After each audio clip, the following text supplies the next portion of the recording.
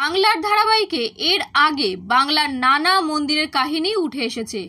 কোনো কোনো তীর্থস্থান নিয়ে হয়তো একাধিক মেঘাও হয়েছে, যা দর্শকরা ভালোভাবেই আগ্রহ প্রকাশ করেছে। বাংলার হিন্দু দেবদেবীর পৌরাণিক কাহিনী জানতে মুখিয়ে থাকেন সমস্ত বয়সী দর্শক মহল। বহু বিখ্যাত মন্দিরের অজানা গল্প ইতিমধ্যেই দর্শকরা দেখে ফেললেও আদ্যা শক্তির পীঠস্থান আদ্যাপীঠ নিয়ে কোনো ধারাবাহিক আনেননি কোনো পরিচালক। এই প্রথম সম্ভবত আদ্যাপীঠের অজানা গল্প উঠে আসবে বাংলা টেলিভিশনের পর্দায়। পরিচালক সুশান্ত বসু পরিচালিত মেগা আদি শক্তি আদ্যাপীঠ ধারাবাহিক আর কিছুদিনের মধ্যে শুরু হতে চলেছে আকাশ ৮-এর পর্দায়। এই মেগায় যে সব তথ্য উঠে আসবে তার জন্য নির্মাতাদের অনেকটা গবেষণার প্রয়োজন হয়েছে।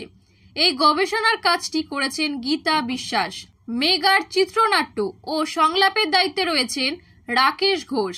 আদি শক্তি আদ্যাপীঠের কাহিনীতে শোনা যাবে পুরাণ মতে আদি শক্তি মহামায়াই চণ্ডমুণ্ড বধের নিমিত্ত দেবী, পার্বতীর কোষ সঞ্জাতা দেবী কৌশিকী বা দেবী কালী, তিনিই দেবী আদ্যা।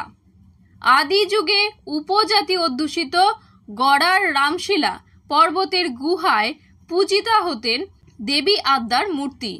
ঘটনাক্রমে সেই মূর্তি আসে কলকাতায়।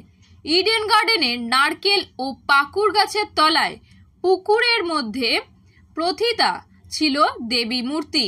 ১৯১১ সালে চট্টগ্রামের মেধাবী আত্মবিশ্বাসী যুবক অন্নদাচরণ ভট্টাচার্য কবিরাজ বিদ্যা শিক্ষার জন্য কলকাতায় এসে শ্রী রামকৃষ্ণ পরমহংসদেব কর্তৃক স্বপ্নাদৃষ্ট হয়ে সেই মূর্তি উদ্ধার করেন। কিন্তু পুনরায় স্বপ্নাদেশ পেয়ে সেই মূর্তি বিসর্জন দিতে হয় হুগলি নদীতে। মূর্তি উদ্ধার ও বিসর্জন এই দুয়ের মধ্যবর্তী ক্ষণিক সময়ে স্বামী বিবেকানন্দের আদর্শ প্রাণিত অন্নদাচরণের জীবনে আসে আমূল পরিবর্তন। সংসারী, বিবাহিত, সন্তানের পিতা, উচ্চাভিলাষী অন্নদাচরণ হয়ে ওঠে ঋষি সমতুল্য অন্নদা ঠাকুর।